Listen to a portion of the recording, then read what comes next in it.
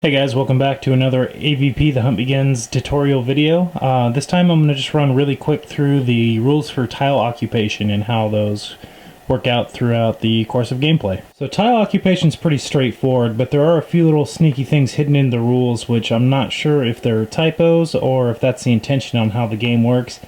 So I figured it was worth making a quick video to just run through the ins and outs of tile occupation. On the surface, and the simple explanation for tile occupation is that every tile, no matter what size or shape it is, has an occupation limit of 8. So this giant room here has an occupation limit of 8, and that's identical to this little small space right here, which can probably fit maybe two predators side by side comfortably, has an occupation limit of 8. And that's an abstracted concept because obviously this room can fit more than this little space over here can, and everything in between. However, for gameplay mechanics, Protoss went with a tile occupation of 8, regardless of tile size, and it's a pretty clean and simple mechanic. So when I say everything has a limit of 8, that's not necessarily 8 models, and that depends on the size of the model. Different size bases and tokens and things like that are actually going to take up a different amount of space in the game. So small models, which everything here, Marines, aliens, are on small models. That's a 30mm base, determines the size of the model. Those are considered to take up 1 point of occupancy, where a Predator on a 40mm base is considered a medium model and will actually count for 2 points of tile occupancy. Acid damage tokens, when they get placed, which I'll go over in a minute on how they work exactly, but they are considered to take up 1 point of occupancy. And are considered to be as small. So the way tile occupancy works for movement is if a tile is fully occupied, again that's a limit of 8, then you cannot move into it or through it. So in this example we have 2, 4, 6, 8 aliens in this tile here. We're going to be activating this model. In order to get through this tile, we'd actually have to move an alien out first. So it's going to determine the order in which you activate your models, because there's no way that this guy can get through. If we switch this around, where we swap out an alien stalker for an infant here, this is still a fully occupied tile, but as you may remember from my last video, alien stalker has the climbing claws ability, which actually it does allow them to pass through a fully occupied tile. But if we go back to the alien infant example here, he would not be able to pass through this tile since it is considered to be fully occupied. When dealing with a friendly fully occupied tile, the rulebook's pretty simple, and it shows the example of a tile with 7 models. If there's 7 models in this infant can perform a run action to move 2 spaces and pass through as normal. He could also just perform a move action and simply move 1 space in here and camp out there with the rest of his buddies. So now that we showed you how moving through a fully occupied tile with a friendly model works, I'll show you how it works with an enemy model. So if this model were to perform either a move or a run action, as soon as they move into this tile becomes engaged. And this Marine, in order to leave this tile, has to make an unengage action, which counts as a movement action, so you can't actually do it in the same turn, because in order to move into that tile, you actually had to perform a move action already.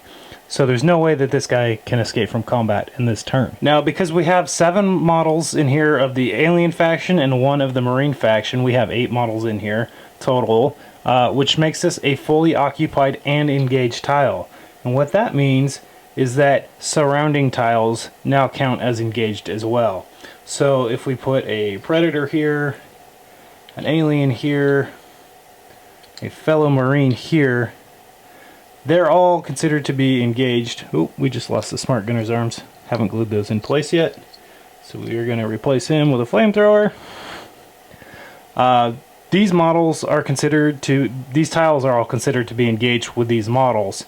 So this Predator, while he's on a unengaged tile, not fully occupied, because he's adjacent to an engaged fully occupied tile, he's considered to be in combat with the same unit. That's also true of the alien's infant here, as well as this Marine with flamethrower. They can all make combat attacks into this combat since they're in neighboring tiles. Now let's say through the course of this combat in here, this Marine is able to successfully kill one of these aliens. And we do our acid damage test, and we actually get an acid damage token, which now is going to fail to kill the Marine, we'll say, because of the dice roll. However, even though we've removed a model, there is still considered to be a fully occupied, fully engaged tile here because, again, the acid damage tokens have an occupancy of 1 space. So they take up the space that we just replaced that model with. So it's still considered to be a full tile. Now there's a maximum space capacity of 2 acid damage tokens, so if another alien happens to die throughout the course and we happen to roll an acid damage token, 2 is the maximum acid damage tokens that can be placed in any one given tile. So again, now that we only have 6 models, this is still considered to be an engaged and fully occupied tile, so all of these outside models are still able to make engaged action, combat actions into that tile. The same is true for models in this tile. They can make attacks outside of this tile as well. They're not limited to attacking models in the same space as they are. One of the more interesting parts in the rules is engagement by displacement. So in this case, we're going to say it's the Predator's activation. He's going to move into this tile, which is currently fully occupied. So the Predator takes up 2 capacity spaces, occupancy spaces, and this is considered to be a fully occupied tile right now because of our 2 acid splash damages. So if he makes a move action into this tile, he's actually going to push out 2 models worth of attacks, in which case the alien player would get to choose. The Predator chooses which faction, the alien gets to choose which models. So in this case, the alien player is going to decide to remove the 2 stalkers since they are not quite as proficient in combat.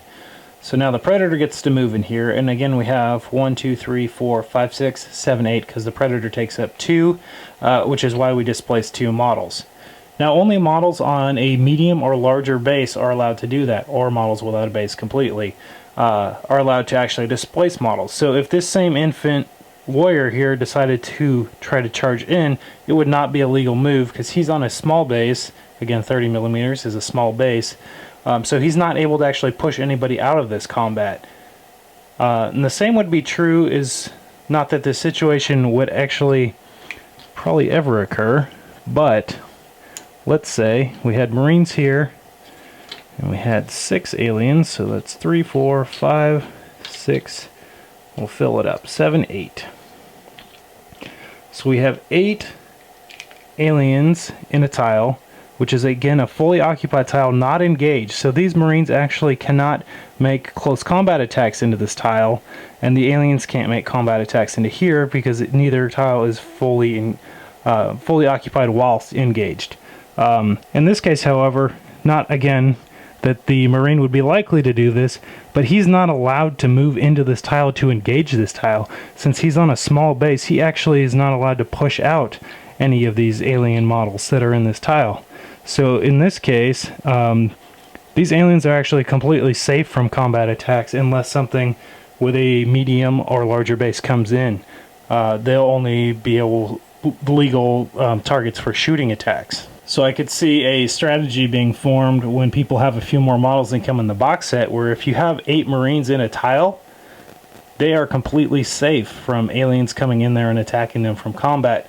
At least aliens that are on a small base. Once bigger aliens come out, like the Queen and the Praetorian and the Pred alien that have larger bases, that won't be true. However, it'll be an interesting strategy to see unfold where you have 8 Marines in a tile and your standard stalkers and infants are completely unable to engage them in combat, and the Marines can just take pot shots at them and wipe them out.